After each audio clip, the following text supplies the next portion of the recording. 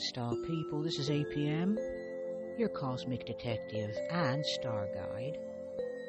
Welcome back to another episode of the Outlaw Astrology Podcast, Cosmic Truth Seekers. And we're going to guide you through another fascinating exploration where stars meet stories. Content warning discussion will be had of historical violence, collective trauma, and supernatural phenomena. Housekeeping. Reminder that we have a accompanying siblings newsletter called The Daily Stargazer, and that will be in the show notes.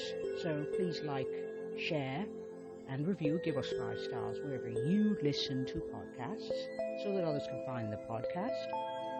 And get on the newsletter because all the premium content and groovy stuff is happening right there. There's a free and paid. Also, that link will be in the notes. And now, on with the show. Okay, so what we're going to do is talk about part 1. Or what happened in part 1. So part 1, I talked about the murders, one of the murders, the starting murder, the inciting incident, and gave all the information based on that, and also a skeletal sketch of how criminal astrology is done. And now we're going to step into the timeline. So I'm going to proceed to give a timeline of the crimes. I am not going to spend a great deal of time on all the crimes. I'm going to cherry pick certain ones, and then I will say why I've chosen these ones, and we will then delve a little deeper into those charts and look at the ruler of the day or any planetary hours or any astrological information that may be useful. So, and now onward. So let's look at the first one. We're going to start with the very first crime, which occurred on the 23rd of May 1918, Joseph and Catherine M. The crimes are so called because the sobriquet is because the killer used an axe most of the time, usually an axe owned by the victims of his crimes. Some of the people, there's 13 conical victims, and there have been similar attacks as early as 1911, with at least one of the retired police detectives speculating that this killer was responsible for the killings that happened 7 years previously. Now, to give an idea before we get into it, this neighborhood is filled with a lot of Italian immigrants and Italian Americans. And it is in New Orleans, which is a very colorful city for all of the supernatural phenomenon. It is very culturally diverse and colorful and has a huge population at this point of immigrants, but now predominantly black and other peoples of colors. So this is not a very, at this point and even today, not very economically advantaged. And so these attacks are being perpetrated on people who are marginalized. And that's basically the energy of the moment. And this is also at the dawn of jazz, because it's 1918 and jazz was about to just zap. And the reason why jazz is so mentioned, if you listen to the case, number 1, this is New Orleans. Number 2, the killer actually references his or her, but mostly him, his love of jazz. And at one point he says in a letter, which we will briefly discuss, that he loves jazz and that if people start playing jazz, he might pass their house over. Now, you'll notice what I've said is there's a letter. And then the previous crimes of the Zodiac, there are also letters.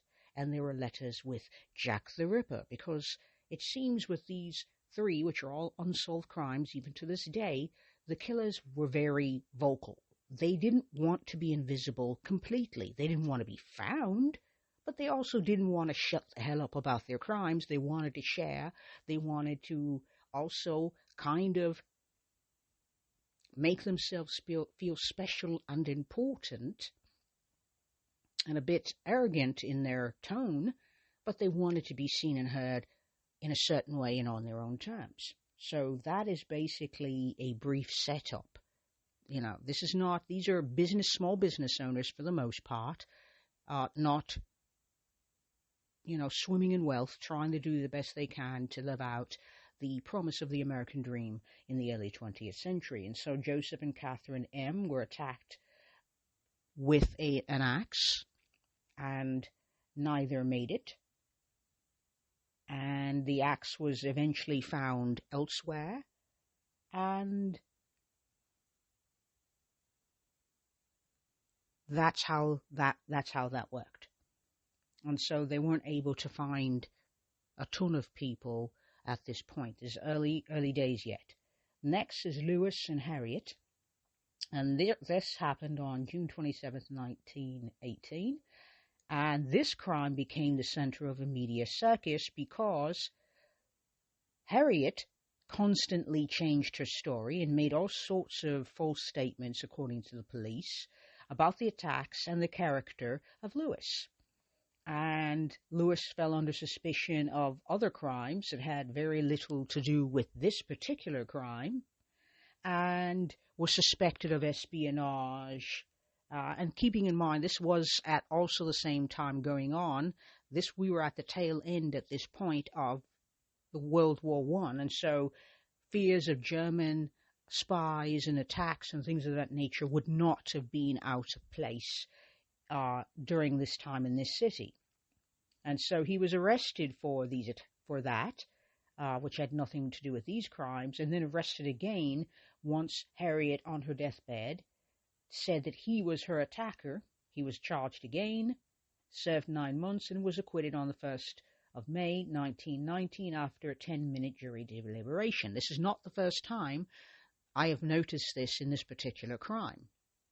Next on is Anna S., who was attacked on the 5th of August of 1918. She was an expectant mother. She was alone when she woke to find a dark figure standing in her room. Her husband was not present at the time of the crime. She didn't remember much of the attack. She survived it, gave birth to a healthy child. There was nothing taken beyond $6 or $7 from the wallet of the husband, and the apartment didn't look as if it had been forced open, so more than likely it was a crime of opportunity, meaning that the assailant came in through the window and used the lamp that was on the bedside as his primary weapon. And then there's Joseph R. Now, this crime we're going to talk about a bit more because it happened on the 10th of August, 1918, and Pauline and Mary were the nieces of Joseph R., and they entered the room and found him injured. And the assailant was at that point fleeing the scene. They said he was dark-haired and heavy-set, wore a dark suit. Joseph R. was able to get into the ambulance and go to hospital on his own steam, but did not survive. He died 2 days later due to severe head trauma. The home had been ransacked, nothing stolen. The axe was found in the backyard, still bloodied, and the back door panel had been chiseled away, which was a common manner of ingress of the assailant. And this murder, the reason why I mention it, is because it caused extreme chaos. The residents were living in fear. Everybody was terrified. There were conflicting reports. People were constantly contacting the police saying, the killer's lurking in my neighborhood. People said they found axes in their backyards. And John D., who was a retired detective of Italian-American descent, said that he was the one who hypothesized that this murderer, the axeman, at that time in 1918, he believed was the same attacker from 1911, 7 years previous. And he stated that he felt that the killer was a normal, law-abiding citizen who was often overcome by a desire to kill, and he described the killer as a real-life Dr. Jekyll and Mr. Hyde. All righty, so let me have a look at this chart for the 10th of 1918. It's cast for, I'm going to cast, I've cast it for noon, but I think what I would like to do instead is cast it for later. So we're going to cast it for, it would have been dark, so let's cast it for about, we're going to do midnight. Let's do midnight. And just making a swift adjustment to the chart so that it'll be as accurate as it can be. Now, keeping in mind, I do not have an exact time. I know it was after dark. I know that people were likely sleeping, so it probably happened after 8 when it would have been dark, because this is the summer. I do not believe that we are still at that point where we had daylight savings at that point. I think it was a little too early for that. So it would have been after 8 at least, and as late as early in the wee hours, so probably not before midnight of the next day. So I put it here because I'm absolutely assured that it will absolutely be dark, but I cannot speak to the accuracy of the ascendant, so I will not cast this chart in a house system. Now, at the point of this crime, the moon was at 24 degrees 38 minutes. And the reason why I mention the moon first is because the moon always symbolizes the victim in a crime chart. And it was a new moon. So clarity, not dawning. So there's lots of things hidden. There's a lot of things on this day that were still yet to be discovered. It was early days yet. These crimes were still very fresh and very new in the consciousness of everybody in New Orleans, and in particular those that lived in this neighborhood. And so it was quite fresh on everyone's mind. Now, about where the first house would be, we have Chiron at 2 degrees in Aries, 2 degrees, Aries 59 minutes. And the reason why is because it's close to the first houses we're going to get for the sake of this particular reading. And that's wounds. And it's in fire, so Mars ruled, so kind of violent, kind of nasty. There would be severe trauma. He was attacked, there were cuts, there was severe head trauma.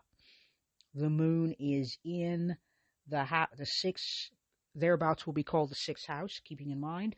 And that is about rituals, but it's the everyday.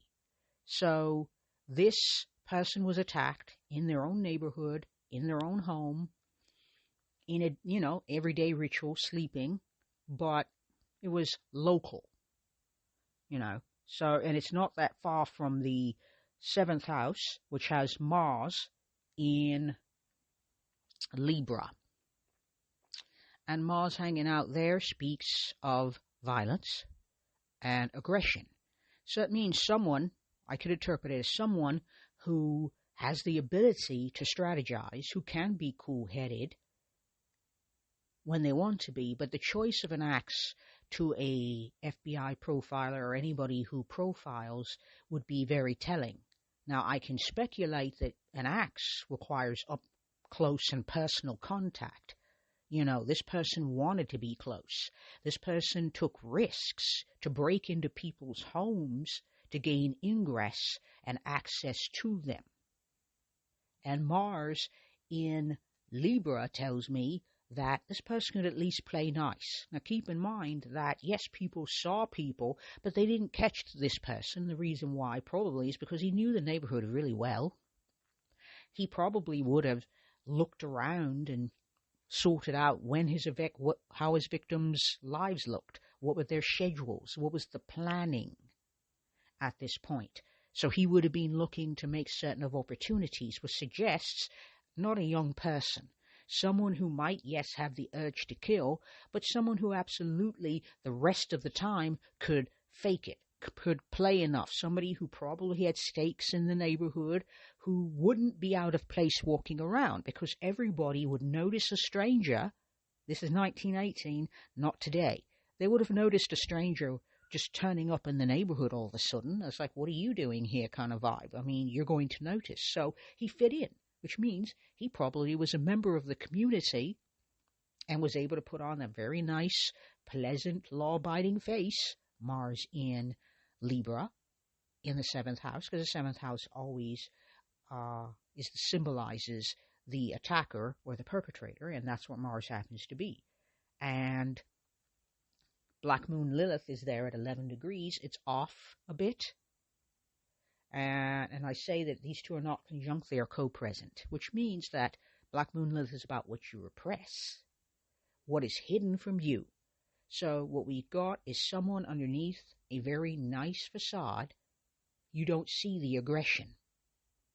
You see assertiveness maybe, someone with a little confidence, but more than likely you don't see the aggression. That is very well hidden underneath layers of charm maybe, or at least layers of niceness at the very least. And let's see if there's anything of note. The North Node is in Sagittarius. It is in the 9th house. That is outside usually forests and things of that nature, but there's nothing close enough to that to speak to that, since these were all home invasions. Cancer rules the home, and Jupiter is in Cancer, and so is Pluto. And they have a 1 degree orb between the two, and they're co-present with Venus.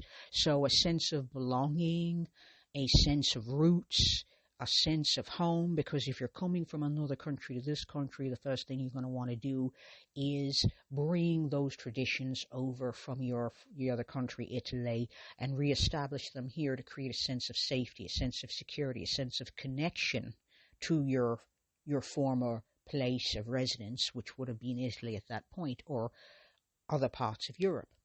And so Jupiter hanging out there is in its exaltation, and it is very near to Pluto, and Pluto is about death, so 4th house is about your home. And sometimes it's also, in certain charts, can mean early childhood, but for the sake of this, it's about death in the home. Death in a place where you're supposed to feel safe, secure, and nurtured, and you don't, because you get harmed by someone coming through a window, a door, what have you, and get harmed. And so Jupiter in Cancer can be very overwhelming emotions, overwhelming sense of protectiveness. Is it possible that this killer thought that, yes, he lived in the neighborhood, but that didn't necessarily mean he was Italian American? It could have been someone who, and by the way, this is speculation, could be someone who was threatened by this new influx of immigration to New Orleans and felt like a protector. This is my city. I'm protecting it from these people, because we always have people who feel like that, who don't like diversity, who don't like differences, who feel it is their worldview to protect that, to nurture and protect, and that is, we need to weed out these immigrating people, and if I can make this place less hospitable to them, maybe they'll leave, kind of vibe. Saturn is in the next house in Leo. So, and on the Sun with 1 degree and co-present with Neptune. So the Sun, and this is very serious, this would say an older male, because the Sun would symbolize male or fatherly energy. So someone who is older and might come off as a little bit fatherly and maybe a little bit of an authority figure, and so probably wouldn't have invited, my speculations, would not have invited people to think about their presence there over much. Now, the day was, let me look, I want to be clear on the planetary hours. So on the 10th of 1918, the day started out in Saturn. So it's Saturn's day, by the way. And so we looked at Saturn in the 5th house in Leo for that particular chart. And on the Sun, as in conjunct, so older male. That gives us an idea of what kind of person we might be dealing with. The seventh house has Venus in Capricorn, which is hermetically the sign of its exaltation as the ruler. And so someone feeling very protective about their neighborhood. And maybe they grew up in this neighborhood, that they're busy protecting. And so those are some of my thoughts on that particular crime. So let us move forward. The next crime happens on the 10th of 1919. So there is quite several months pass. Family of three. Charles C. and his wife Rosie C. and their daughter Mary were attacked in their residence with an axe, which was found on their back porch. The child did not survive, but Mary and Charles did. There was nothing missing. The door had been chiseled away, and Charles was released 2 days later from the hospital, and Rosie remained to recover from her injuries. And this is where things get really interesting. Rosie claims that another family made up of Frank J. And his father were accused of the crimes.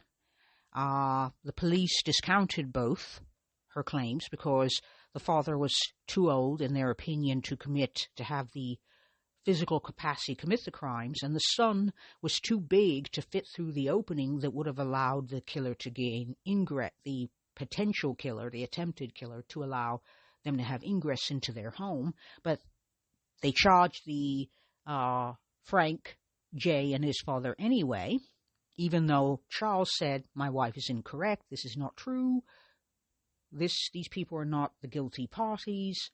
And that ended their relationship. And a year after, when Frank J. and his father were tried and convicted, and one was going to serve prison time without parole, and the other was going to be sentenced to hang, a year later, Rosie comes back and she says, "No, they didn't do it. She just did it out of spite." And they don't say what the spite was, but it was in revenge for something that these men had done. We follow on to Steve Boca, who is on August 10th, and that's a year after Joseph R.'s murder.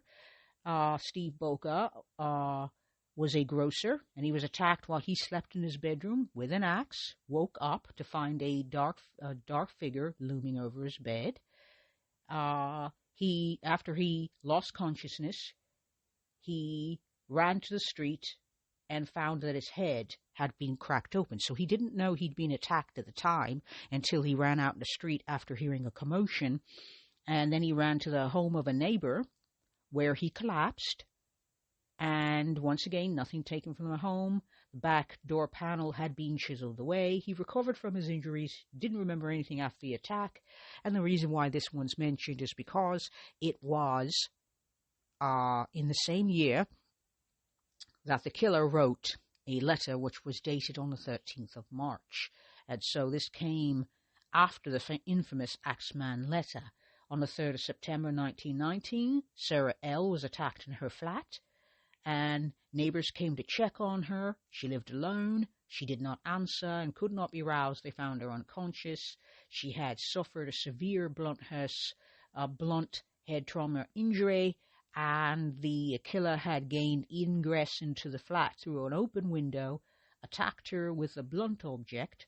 The axe was found on the front lawn of this building, and she recovered from her injuries but recalled nothing of the attack. The last attack of the chronicle, it happened on the 27th of October 1919, when the wife of Mike P. awakened by a noise and found her, when she went to investigate, found an attacker in her husband's room. He was a large man wielding an axe. He'd been struck, was covered in his own blood. There was a lot of blood spatter in the room, including one that covered a painting of the Virgin Mary hanging, and Mike P's wife was the mother of his 6 children. She could not describe the killer other than that he was large, and that was the last crime of the alleged axeman attacks. Now, the curious thing about that is that I mentioned this one, so let's quickly do a quick looky at the chart on the 27th of October. Alrighty, the moon, which is a new moon, was at 9 degrees, 33 minutes, and in Sagittarius. Jupiter still hanging strong at this point Jupiter is in Leo at 1546, and Saturn has progressed to 8 degrees, 52 minutes of Virgo. Uranus is retrograde, and so is Pluto. Pluto and Saturn are in a sextile. So we have got the Sun moving into the 8th house. We're just going to call it the 8th house in this chart. And this is very scorpionic type of energy. The 8th house is about death. And co-present is the North Node and Mercury. So you could see this as thinking about death, talking about death sort of thing. Chiron is still hanging out in the 1st house, so this is about, violence. And this is Mars ruled, and Mars is hanging out at 10 degrees of Virgo. And so this is in the 6th house, and so kind of a thinky type of energy, a strategy, a plan. Somebody who might also be seeing themselves as thinking, I'm making the world a better place. So, as always, the 1st house, which is in Aries in this chart, symbolizes the victim, as does the moon, and the 7th house symbolizes the perpetrator. The 7th house is ruled by Venus, and Venus is in thinky and very anxious Virgo. So wants to help, might be a little anxious, might tend to overthink things, might see this. You could also see this as pruning. I want to make the world a better place, or I want to make my neighborhood better, and it was better before these people got here. And at that time, keep in mind that Italian and Italian Americans were not particularly well treated in the country. Much like Irish people, they were seen as interlopers and intruders.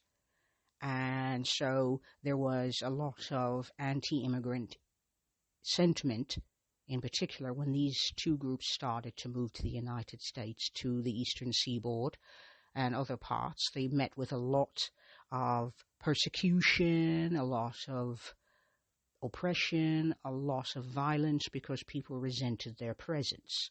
So keeping in mind that Mercury is ruling from the 8th house in Scorpio, this is about how you fix a problem, how you make things better on a day-to-day basis. You get rid of people permanently. If you get rid of them, then they can't be problems anymore. Mars is alongside at 10 degrees. That's a 9-degree spread. It is 2 degrees off of Saturn, which is at 8 degrees 52, and Mars is at 10 degrees 17. So older person, very strategic, very grounded, and would have a plan, and it would be a day-to-day plan, constantly being thought about and refined, because the goal was death. Mars, Mercury in Scorpio in the 8th house would be calling the shots on that 6th house energy. Jupiter is alongside with 4 degrees in Leo in the 5th house, and Neptune is about confusion. So I want to be seen, I want to be heard, but I want it to be on my terms. And I don't want you to actually know what my real reasons for doing this are, so I'm going to tell you, but I'm not going to tell you kind of vibe. Okay? So that's what's looking out. The chart still has Pluto in Cancer in the 4th house, and that is absolutely calling the shots on that 8th house of death. And so, home. All these people were killed either in places that were home-like, they usually attack. These are all home invasions, and all the attacks done with sharp or blunt instruments, usually an axe, but sometimes other instruments like a lamp or a straight edge razor, but death at home, basically. And Uranus is in Aquarius at 27 degrees 50, and that is a shocking upset in the community, because 11th house also symbolizes community, and Uranus symbolizes shocks and upsets. Saturn and Pluto are in a sextile. Saturn it's a focus. Pluto is about death in the house. Saturn is very strategic about, well, you're going to need to think about on a daily basis how you're going to break and enter. I mean, you just are. And let's see if there's anything else I want to share. There is a Mercury-Venus sextile as well. Mercury is at 20 degrees 56 and Venus at 1944. So the value for secrecy. A value of, I want to keep the secret. What strategies can I put in place? Because I value safety, security. I want to help. Virgo energy loves to be of service. It wants to help. But it absolutely does not want things to be messy. And so this might be someone acting as a constant gardener. I want things to be neat. I want things to be pretty. And I don't want messes. And sometimes people turning up and doing things you don't like in a neighborhood you feel is yours can be seen as messy. Now, keeping in mind, I am speculating. Now, there is a letter, which I will do very briefly. This is going to be a little bit longer today, star people. And the letter is about, I've had it cast for 13th of March 1919 at noon. And the reason why we're looking at it is because it is a letter written by the axeman. The axeman is very arrogant in this letter. I read a bit of it. I gave a paraphrasing of it in the first episode, so please feel free to listen to that. But basically, it is very lofty and very confident and very arrogant. I am God. You will never find me. I'm too amazing. I'm so good at this kind of vibe. It had that kind of vibe, And, however, if I happen to like jazz, and if I walk by your place and I hear that there is no jazz a-playing, I'm coming in. I might come in. I'll be in the neighborhood. I might come in. But if I hear jazz playing, I might decide to give your home a pass.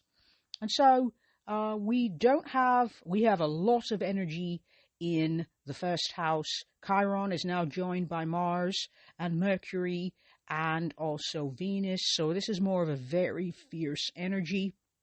Mars is at home in its own sign, and it's only 3 degrees off of Chiron and 2 degrees off of Mercury. And so the focus isn't on just on being independent and assertive. The focus is on being aggressive. Excuse me. And it is forming a trine to Neptune in the 5th house. And that is Chiron, Mars, and Mercury are forming a trine with Neptune. So that's confusion. I want to be seen and heard and known. And by the way, the moon is now hanging out in the 5th house as well. The 5th house is very speculative, by the way. And so Neptune brings disenchantment, illusion, the fact that you're never going to be seen. The idea that what you're trying to do, because this person feels almost godlike when they, in the Axeman letter, feels godlike and ordained by God to have a special purpose to cleanse or to fix or to purify. But Neptune speaks of illusion, disenchantment, and also confusion, because we really don't know who this person is or what their motives are. And more to the point, it may be also that they don't either, that they may feel the urge, the anger, and the urge to kill because they're very angry. They're upset. They're ignored. They're not being seen the way they want to be seen, by the way. And that the sun in this chart is at 22 degrees 06, and it's buried in the 12th house, which means not seen, not heard, not free to express oneself as one wants, but also it's in Pisces, and so that says someone who is not particularly, might have delusions of grandeur. They want to be part of something bigger, but they might have illusions of grandeur, which is motivated by their desire to be seen and heard. They want their actions to have an ameliorating effect throughout society, and that's just not possible. The moon is, which symbolizes the victim, and we're talking about the fifth house. As a rule, you want to speak to the angles. You usually look at houses 1, 4, and 7, and 10 to get an idea of what's going on.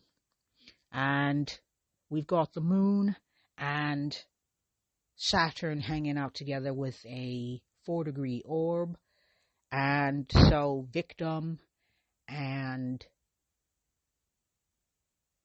perpetrator, which would be an older male, might have come into contact through, pleasure, through activities of fun like baseball games and drinking places and places where you'd enjoy yourself. These people might have actually encountered this person, just hanging out, doing their thing, having fun kind of vibe. So this is for the 13th of 1919. And so basically when you read this chart, my interpretation of it is someone who derived pleasure. The whole point of the exercise of writing the letter was because it felt good. I want to be seen and heard, but I want it to be on my terms. And I get off on writing this letter. It makes me feel special and important and godlike, because before this letter, this person, everybody's talking, but they don't know who you are. Now they do. Now you're on everybody's radar, and it feels good to suddenly be seen and not ignored. So that would be, in my opinion, and once again speculating, that would be the purpose of the letter. So we're going to do one more chart for the 19th of March 19th, 1919, which is a spontaneous jazz celebration to enervate the energy of the city. Now we're looking at the chart for the 19th of March in 1919. There is still a lot of activity in the first house. Now, in the first house, as in the previous chart, Venus is at 25 degrees 09 and it's in Aries. It's calling the shots on that 7th house in Libra, and it's close to the victim, close to, the first chart. So that means that the victim and the perpetrator were in the same place at the same time at time of death in that previous chart, in that previous situation. So the previous situation was on the 13th of March. And the killer refers to life as hell. He literally labels it hell. 13th March 1919. So the world is a hellish place, and he might see himself as a constant gardener. So that means that Venus is in the fiery sign of Aries, where it is not comfortable, because Aries is the opposite sign of Libra, which is a sign that Venus does happen to rule, and it rules the 7th house, which means with this configuration, even though this is about the jazz festival, that this person was always in proximity to the victims, and probably, in my speculation, knew them, saw them around, would have followed them, probably knew them well enough to be able to understand their movements. So if this person saw the world and the neighborhood and New Orleans where they lived, and the one small pleasure they derived out of life was the listening to of jazz, which was in its early days at that point, that cleaning up hell or making the world a better place might possibly have been a focus. The sun was in Pisces at 27 degrees 50. It is in a conjunction with Chiron. Chiron is the wounded healer. So an attempt to make the world a better place. That's Piscean energy, a sort of idealism, but it's put to bad ends because it means that someone else has to be eliminated, has to die in order for this world to be a better place. And that Chiron energy, that Venus energy, in opposition, by the way, to the moon in Libra. So the moon and Venus are in a mutual reception in this particular chart. which means more than likely the killer was probably at that 1919 jazz celebration. There was a song written that talks about the Axeman, written that same year, kind of like a jazzy tune in homage. These two are in mutual reception. The moon is in the 7th house, which is in the territory of the killer, meaning that his hunting grounds, his killing grounds, the victims are all present at that time. And that the killer is, the ruler for the 7th house is in the 1st house, means that killer and victim are in proximity. This person lives in the neighborhood, knew the victims well enough to know their comings, their goings, and their natural circadian rhythms. So when they fell asleep, what time they got up in the morning, when they went out to get the milk, when they bought the eggs, when they did this, so as to understand when to make ingress and egress from their homes and which weapons would do the job. And these were up-close and personal attacks, meaning that the killer wanted to be present close enough to see it, and then later on the 13th of March 1919, calling the world hell, but also having kind of the killer comes off as godlike, mentions himself in the same with the same words in the message as God and the divine. So might see themselves as a godlike presence, a godlike protecting presence even, and the ability to gain ingress and egress into people's homes without their permission could also be seen as a means of excitement. And also, you might feel a bit more godlike. So, on the 19th of March, there was a nice little jazz festival trying to reinvigorate the community and to excite, to heal things. Now, keeping in mind, this is the 19th of March. There are still going to be more attacks, one on the 10th of August and one on the 27th of October. So there are going to be at least 2 more attacks after this healing of the community. So I cannot say for exact certain whether or not people felt healed, but at least they had a moment of respite with this jazz festival to feel joy. I wouldn't say safety, because I speculate, and I believe I'm right here, even with no proof, that the killer was more than likely present at this jazz festival in the neighborhood in New Orleans, meant to bring the city together. And we've got, the chart being ruled by Mars from its own house in the 1st, and so that's aggression. You're going to see that not as just assertiveness, it is aggression. It's assertive when stressors don't allow for excessive aggression. This is just someone being very, very physically aggressive on other people and doing so from a place of safety as a trusted community member. Now, the 19th fell on Wednesday, and that is Mercury's day. That means that Mercury in this chart is probably going to be very important about the energy of the day. And Mercury is currently in Aries at 7 degrees, right off of Chiron, right off of Mars. So there is a conjunction, meaning a stellium in Aries. And there is wounding, iron, because Mars rules iron, it rules steel. Axes would have been made of iron or steel. It rules, axes, sharp things, burning, things like that. That's all very Mars ruled. And Chiron suggests being injured by sharp objects, including axes, including chisels, including hatchets. There was one person attacked by a hatchet. So you'll notice these are all Mars type of instruments used in the attack. And this is a Mercury day. So Mercury, very much, the focus would be on aggression for the 19th. Focus is on aggression, at the very least, as an excess of confidence at that point.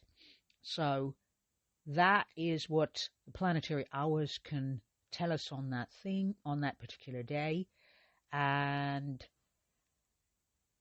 there is a lot one can go into when we do these types of charts. Now, we're going to go very much into the last segment here, and what I'm going to talk about is one of the suspects, the most likely suspect. And the reason why I'm going to mention this suspect is because of what happened to him. So the suspect was a man named John M. And John M. met his end in December of 1920. And the speculation came from a crime writer. And here's what happened. So John M. was shot to death by a projectile, a gun, which is Mars ruled, in December of 1920 by Mike P.'s widow. And Mike P. was the last known conical victim of the axeman of New Orleans. And she shot this man dead. Other people claim that Joseph M. was the killer, but other true crime writers have, ideas about other people who might possibly have done it. They have not found any evidence of a man named Joseph M. being killed or assaulted in L.A., and so people wonder about those crimes. They could not find any information about Mrs. P. They only know that there was a woman who claimed to be the widow, and that there was someone who was tried and convicted of such crimes in California. And so the one person that we think might possibly have been the killer looks like a bit of a cipher. It's like, okay, we can't find any proof that this crime committed, that this man was killed in 1920, or that he even existed at all. Isn't it just the oddest thing that every time it feels like there's solid ground in this particular case, from what I'm reading, it looks as if everything just gets very, very pulled away. And it becomes very confusing and very uncertain. Everything is fluid and hard to pin down. And so we don't actually know whether or not this is the truth. So yes, there was a person who might have committed the crimes, but they can't prove this person actually existed. This person was said to have been murdered by a woman claiming to be Mike P.'s widow, but they couldn't find any proof that he actually had a widow or that the widow traveled to California. So that's even in doubt. Okay? And so we're looking at, lastly, Jupiter, between cosmic order and earthly chaos. And so what we're going to do is, Jupiter would not have changed signs excessively. So in 1919, in March, it was in Cancer. It would have changed signs to Leo in June. And so that focus on being protective, protecting the community, and also healing, because Cancerian energy, water energy, is very healing energy. I want to protect, I want to nurture, I want to heal. It would have put that Jupiter placement in the fourth house of home and family and belonging, so wanting to protect what's ours. But then it would move into the speculative energy of self-creation, self-expression, dating, pleasure. So we're going to talk about the pleasure aspect. Now it's, I'm having fun. And what's more, I'm having fun because people are talking about me. People are paying attention to my activities and what I'm doing. And then I write a letter and I hurt people. And all of a sudden people are talking about it and people are playing jazz like I wanted. So the impression that I get is that, and with the sun hanging out in the 12th house, cadent houses are usually not considered desirable houses because cadent houses are considered to be invisible from the place of the ascendant. Okay, so it cannot see what's in cadent houses, meaning that it doesn't form a major aspect. The sun is in Pisces, so idealistic, wants to help, wants to make the world a better place, to be part of something bigger. But it's in the mysterious 12th house where things are hidden and oppressed or suppressed. So someone who might want to be seen and heard and has spent their entire life, and I'm speculating, feeling ignored, passed over, and this Jupiter moving into Leo in the 5th house of pleasure, which has Neptune hanging out and will be there for a while, and the moon and Saturn eventually, it's about pleasure. Someone who's getting to be seen and heard the way they want to be seen and heard, not the way other people want to see them or to hear them. Mars is in the house, in its own sign, in its own house, so it's calling the shots on quite a bit of things. If we looked at the tree, we'd look at the sun in Pisces in the 12th house would be calling the shots on that 5th house of pleasure. So this person's motivations, their sense of self is probably hard to pin down. I don't think this person would know. The moon is hanging out still in the 5th house, and so the victims are seen as, speculating, as tools or means of this person getting what they want, which is pleasure, and the ability to feel godlike and supreme and on their terms is how I would describe this. So Jupiter can be about expansion, but keep in mind Jupiter's excess. It could be about excess and overcorrection. This person's angry, they're upset, they're not seen, they're ignored by history, and now they get to call the shots, and people are having jazz events, and people are playing jazz. It must have felt very heady and very exciting to have people hanging on your everywhere, where mostly you feel like you're being ignored. Okay? And so that is how I would look at this particular chart. Now, to be fair, this is by no means exhaustive. I could literally have a series about this entire crime for an entire season and never scratch the surface, I feel, completely. And so when you're looking at Jupiter in a chart, Jupiter is excess, an excess of energy. So the question is, Pluto is your shadow. What is your shadow telling you? The sign in the house will give you an idea of your shadow.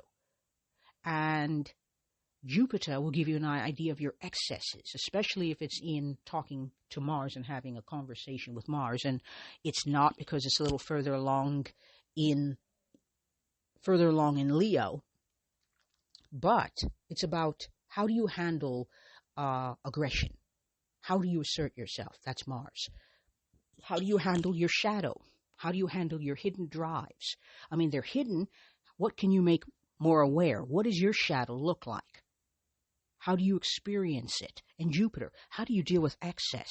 And Saturn, how do you deal with limitations? And more to the point, what limitations do you notice within yourself, and what boundaries do you have or do not have? Where do you feel seen? Where do you feel heard? And where do you feel ignored? And with that being said, I think it's time to wrap this up, because we've been going on for about 20 minutes longer than I wanted to, but I feel like I needed to get this said and done. So, there is an intersection of faith and fear in times of uncertainty. And astrology can help you find an equilibrium to deal with what's out there that's always coming at you. And it seems like history is defined by these moments of uncertainty and the unknown and the inexplicable butting up against us in our desire to have neat, linear, and very safe and secure lives. Change happens on the outside, in the darkness, and on the fringes. So, that is what you're going to be thinking about. Now, thank you very much for paying attention with me and hanging in there with me. There is a newsletter. It is called the Daily Stargazer. There's a free and paid version. The information on that is in the show notes. And also,